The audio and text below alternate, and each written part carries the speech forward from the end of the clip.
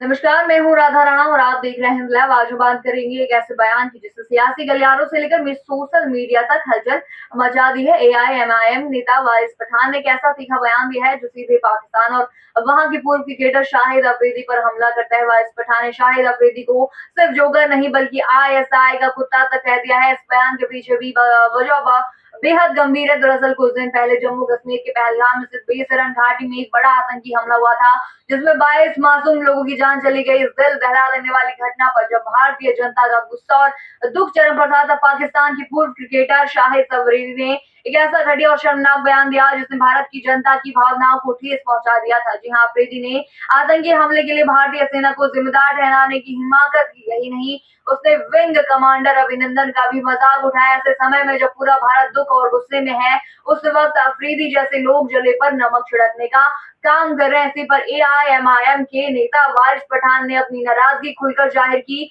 उन्होंने चैनल से बातचीत के दौरान कहा कि हमारे नेता असदुद्दीन ओवैसी ने शाहिद अफरीदी को जोकर कहा था, लेकिन मैं उससे भी एक कदम आगे जाकर उसे आईएसआई का कुत्ता कहता हूं। उन्होंने कहा कि पाकिस्तान एक आतंकवाद को पनाह देने वाला मुल्क है और ऐसे समय में जब देश संकट में है, पूरा विपक्ष सरकार के साथ खड़ा है। वारिस पठान ने साफ कहा कि देश की जनता, सरकार और विपक्ष सब एक है और पाकिस्तान जैसे आतंकी समर्थक देश का सफाया करने के लिए एकजुट है। यह सिर्फ एक राजनीतिक बयान नहीं बल्कि भारत की भावना और एकता को दर्शाता है। विपक्ष का इस तरह सरकार के साथ खड़ा होना एक सकारात्मक संदेश देता है कि आतंक के खिलाफ लड़ाई में देश किसी भी सियासत से ऊपर उठ सकता है।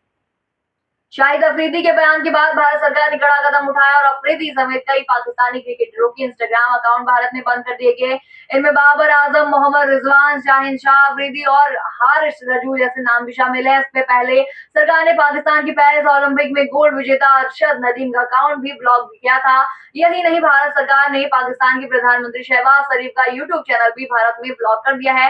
इससे पहले 16 अन्य पाकिस्तानी यूट्यूब चैनलों पर भी बैन लगाया जा चुका है। यह सब बताता है कि भारत अब केवल कूटनीतिक स्तर पर नहीं, डिजिटल स्तर पर भी पाकिस्तान के दोगले रवैये को जवाब दे रहा है। जहां एक तरफ पाकिस्तान भारत के खिलाफ लगातार गिदड़ भपकी दे रहा है, वहीं भारत सख्ती से, शांति से, सात कदम से कदम उठा रहे। सरकार के इन फैसलों से यह साफ संदेश जा रहा है कि अब भारत चुप ही नहीं बैठेगा। ना सिर्फ सीमा पर बल्कि वर्चुअल दुनिया में भी भारत किसी भी तरह की भारत विरोधी गतिविधियों को सहन नहीं करेगा। शायद अफरीदी जैसे लोगों को अब यह समझ लेना चाहिए कि भारत बदल चुके हैं। अब यहाँ की जनता और सरकार एकजुट होकर देश की सुरक्षा, सम्मान और एकता के लिए हर मोर्चे पर खड़ी है। यह मामला सिर्फ एक बयान तक सीमित नहीं है, यह उस मानसिकता के खिलाफ एक चेतावनी है जो बार बार भारत की अखंडता और आत्मसम्मान को चुनौती देती है। चाहे वो आतंकवाद हो या उसका समर्थन करने वाली आवाजें, भारत हर उस प्रयास का मुंह तोड़ जवाब देने में सक्षम है। आप क्या सोचते हैं इस पूरे मुद्दे पर? हमें कमेंट सेक्शन में जरूर बताइए और बने रहिए हिंद लाइव के साथ। साथ ही चैनल को सब्सक्राइब करना ना भूलिए और हमारे फेसबुक और वेबसाइट के साथ भी जरूर जुड़े।